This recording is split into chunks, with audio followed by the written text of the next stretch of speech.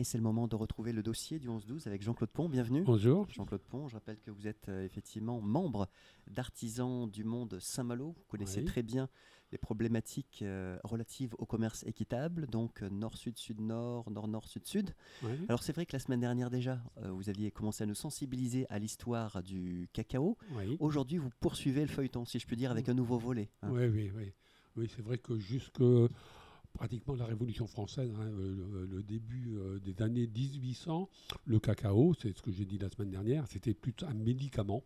On écrasait le cacao, c'était amer, etc. Bon, et c'était les nobles, les gens fortunés qui consommaient du cacao pour se soigner, pour faire plaisir au roi, puisque à Versailles, on adorait le cacao. Et puis après, donc, on arrive aux années 1800, le début de l'industrialisation. Donc là, les premières usines vont apparaître en Suisse, en Angleterre. Et puis, par exemple, et alors je me suis aperçu, donc, en creusant la question, que les différentes marques de chocolat qu'on connaît actuellement tous, à la base, c'est le nom d'un homme qui a existé. Donc, le premier qui est apparu, c'est Monsieur Suchard, Philippe Suchard, en Suisse, qui a créé sa première chocolaterie, par exemple. Après, la France, on est bien placé quand même par Monsieur Meunier. Alors là, même la dynastie des Meuniers, parce qu'il y a eu le père, Jean-Antoine Brutus, qui a créé l'entreprise. Alors, il faut savoir que c'était un pharmacien. On retrouvera plusieurs fois dans l'histoire des pharmaciens d'origine. Parce qu'il voulait vertus. Il voulait créer sa poudre de chocolat qui avait des vertus pour guérir des tas de maux, tout ça. Donc, c'est à partir de là, il a créé sa poudre en chocolat, qui petit à petit est devenue une chocolaterie. Et c'est son fils, donc Émile Justin, je lis mes notes, Émile Justin, qui a repris l'affaire aussi. Et alors, ce qui est intéressant chez Meunier, c'est que ça correspond aussi un petit peu à l'époque des utopistes. Ils ont créé une cité ouvrière Meunier. C'est-à-dire que Meunier a créé son usine, mais à côté a construit les maisons pour loger ses ouvriers, a institué la retraite à 60 ans. À côté des maisons, a créé une bibliothèque, un dispensaire, etc. Et ce qui est intéressant, c'est que John Cadbury a fait la même chose à peu près à la même époque en France. Donc il y avait une vision bienfaisante, en fait, oui, sociale, des choses comme ça. Alors moi qui suis originaire de l'Aisne, ça me rappelle tout de suite Gaudin, par exemple les fours à bois Gaudin, pareil, qui a créé le Familistère à Guise. C'était vraiment cette époque où les patrons étaient vraiment sociaux, utopistes un peu, on créait des choses. Malheureusement, ça n'a pas forcément duré. On va y revenir d'ailleurs un peu plus tard.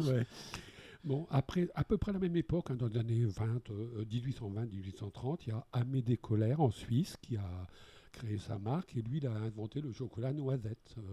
C'est le premier qui a eu l'idée de rajouter des noisettes.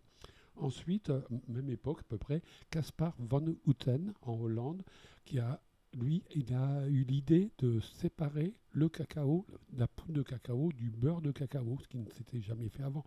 On écrasait toujours, mais sans vraiment en faire un travail. Et il a créé la poudre de cacao Van Houten qu'on peut encore trouver dans nos rayons. Monsieur Poulain, un peu plus tard, vers 1848, Monsieur Victor Poulain à Blois, qui a créé les chocolats Poulain, avec aussi une poudre, surtout la poudre chocolatée. Alors après, un peu plus tard, dans les années 70, en Belgique, Neuhaus, Monsieur Neuhaus, qui a créé les chocolats Côte d'Or. Donc lui, c'est le premier dans cette historique qui n'a pas créé la marque à son nom, mais il a créé ça. Côte d'Or, ça correspond à une région du Ghana, d'où il faisait venir ces chocolats. Mais c'est pas la Bourgogne, Comment ? C'est pas la Bourgogne. Non. Parce que ça pourrait induire en erreur sur la provenance. Oui, justement, j'ai cherché pourquoi Côte d'Or. Alors, c'est pas la Belgique non plus, c'est référence à une côte en Afrique où il faut devenir ces chocolats. Ensuite, dans les mêmes années, en 1870, en Suisse, Henri Nestlé, alors lui, pareil, c'était un pharmacien, donc il a voulu améliorer le principe. Et il avait créé d'abord, il n'a pas même pas travaillé sur le chocolat, mais il a créé une farine lactée. Il a du blé concassé, rajouté à du lait, à du sucre. C'était aussi une sorte de médicament. Et puis après, petit à petit, on a eu l'idée d'injecter cette farine dans du chocolat, etc. Et ça a été un des premiers chocolats. Ça a été décliné effectivement le chocolat avec d'autres arômes, d'autres parfums. Avec d'autres arômes, d'autres parfums aussi. Donc j'en étais à Nestlé. Un peu plus tard en Suisse, toujours, c'est Lindt. Alors Lindt aussi, lui, c'est une innovation. Il a inventé le conchage. Alors le conchage, c'est le moment où on fait chauffer doucement, tout en mélangeant longuement, pendant quelquefois plus de 20 heures, le chocolat afin qu'il soit onctueux, qu'il soit crémeux, etc. Une invention très importante pour les chocolats qu'on utilise actuellement. Ensuite, en 1994, encore un Français, Pierre-François Lardet, toujours pharmacien, à Courbevoie, mais lui, il a créé le Banania. Ah oui, il a eu l'idée de rajouter un peu d'extrait de banane, etc. Et donc la fameuse marque Banania. Après, bon, je vais passer au XXe siècle. Aux USA, en 1920, c'est John Mars qui a eu l'idée de créer cette fameuse barre qu'on trouve toujours en vente. Alors, en 1929 aussi, alors je ne sais pas si c'est un rapport avec la crise économique, mais là, on a eu la première forte fusion, c'est Kohler et Nestlé qui se sont groupés pour créer finalement la première multinationale du chocolat. Et puis après, il y en aura encore beaucoup, beaucoup. Donc actuellement, toutes ces marques existent encore, mais il faut savoir qu'il n'y a plus vraiment 30 marques ou 40 marques de chocolat. C'est réduit à 4, 5 gros groupements qui regroupent plusieurs marques. Et donc maintenant, ce ne sont même plus souvent des chocolatiers qui sont propriétaires de ces marques, c'est des fonds de pension américains, par exemple, qui ont racheté des actions. Alors pour finir, les grands noms que j'ai retrouvés quand même après, Ferrero, dans les années 50, donc en Italie, lui, il a créé le Nutella. Il a eu l'idée d'ajouter la pâte de noisette avec le chocolat. Il a créé le Rocher Ferrero et puis la bouchée Montchéri. Voilà. En gros, l'historique. Après, je pense qu'on a encore continué à innover, mais ça a été moins important. Mais alors dites-nous, Jean-Claude Pont, quid du traitement des travailleurs? On va parler de la politique de ces géants du chocolat. Oui, alors moi, quand je découvrais ces utopistes, la Meunier, etc., qui ont voulu créer une cité ouvrière, tout ça, on en est loin maintenant. Parce que tous ces grands chocolatiers se font des bénéfices énormes, des chiffres d'affaires énormes. Mais par contre, ils continuent encore à faire venir du cacao d'Afrique, où des ouvriers sont très, très maltraités, doivent désherber avec du Roundup, etc. On a des enfants qui travaillent dans les plantations, qui utilisent la machette, les désherbants, etc. En plus des enfants qui ont été pris, par exemple, au Burkina Faso, qui arrivent au Ghana ou en Côte d'Ivoire, et là on leur prend leur passeport pour qu'ils ne puissent pas partir, et on les garde des années sans être payés, etc. Donc il y a tout ce volet-là.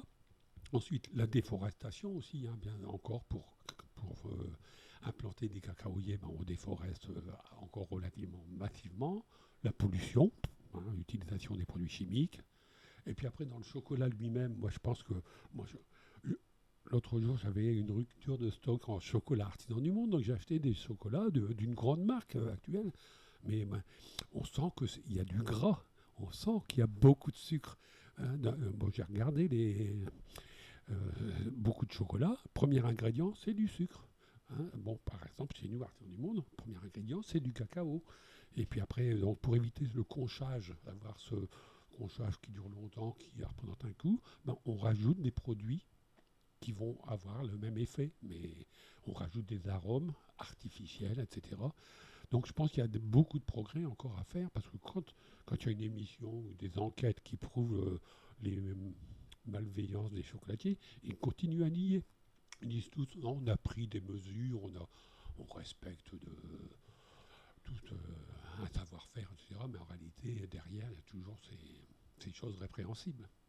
Ah oui, c'est un contexte concurrentiel aussi qui fait qu'on se renvoie la balle, c'est ça? Oui. D'une certaine façon. Mais nous, on aimerait bien que le commerce équitable du chocolat disparaisse, à condition que tous les chocolats soient équitables, c'est vrai. Mais on est toujours obligé, nous, de nous différencier, parce que c'est pas la réalité. Faudra croquer quelques carrés de chocolat équitable avant alors. Oui, pour y arriver. Bon, il n'y a pas que celui d'Artisan du Monde, il y a des tas de chocolats équitables, mais à côté, certaines marques aussi font un petit peu d'équitable pour se valoriser, mais le gros du chocolat, il n'est pas équitable. Et on peut se poser des questions sur ce qu'on mange.